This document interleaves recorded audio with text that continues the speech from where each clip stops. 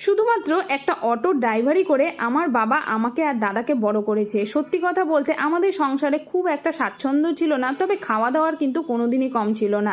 বাবা প্রায় প্রতিদিনই মাছ আনতো, তবে মাছ খেতে আমি খুব ভালোবাসতাম না বলে মা মাঝে মাঝেই এরকম একটা সবজি বানিয়ে দিত, যেটা আমি আজকে করছি। তবে কারকোলগুলো আজকে বিচি ছাড়া ছিল বলে খুব ভালো ছিল, যার জন্য আর থাকতে না পেরে আমি এটার একটা ভর্তা বানিয়ে নিলাম, যেটা নাকি শুধু একটু কালো জিরে, তার সাথে ছিল কাঁচা লঙ্কা আর এই যে ভাজা কারকোল নিয়ে ভালো করে শিলনোড়ায় পিষে নিলাম। মাঝে মাঝে মা যখন এরকম করে বেটে খাওয়াতো কি যে ভালো লাগতো, আর মায়ের হাতের সেই স্বাদটা তো আর পাই না, তবে শিলনোড়ায় বাটলে পরে কিন্তু অনেকটাই বেশি টেস্টি হয়। সাথে যদি একটু সর্ষের তেল দেওয়া যায় তাহলে কিন্তু আরও স্বাদ মানে অসাধারণ হয়ে যায়।